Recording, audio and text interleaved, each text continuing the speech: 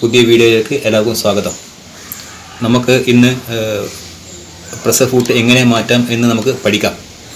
ആദ്യമായി നമ്മൾ പ്രഷർ ഫുഡിൻ്റെ ബാർ ലിഫ്റ്റ് ചെയ്യണം. അതിനുശേഷം നമ്മൾ ചെറിയ സ്ക്രൂ എടുത്തിട്ട് ഇതുപോലെ സ്ക്രൂ ലൂസാക്കിയ ശേഷം നമ്മളത് ഈ പ്രഷർ ഫുഡിനെ അല്ലെങ്കിൽ പുറത്തെടുക്കുക. നോക്കൂ, പുറത്ത് വന്നു കഴിഞ്ഞു. ഇത് മാറ്റാൻ കാരണം നമ്മൾ ഇതിൽ പരമാവധി തേയ്മാനം വന്നിട്ടുണ്ട്. ഈ തേയ്മാനം വന്ന പ്രഷർ ഫുഡ് ഉപയോഗിക്കുകയാണെങ്കിൽ ഫാബ്രിക് ചുളുങ്ങി വരും. അതുകൊണ്ടാണ് നമ്മളിത് മാറ്റുന്നത്. ഓക്കെ, പ്രഷർ ഫുഡ് മാറ്റാൻ പ്രത്യേകം ശ്രദ്ധിക്കുക. ഇതുപോലെ ആക്ഷൻ വേണം.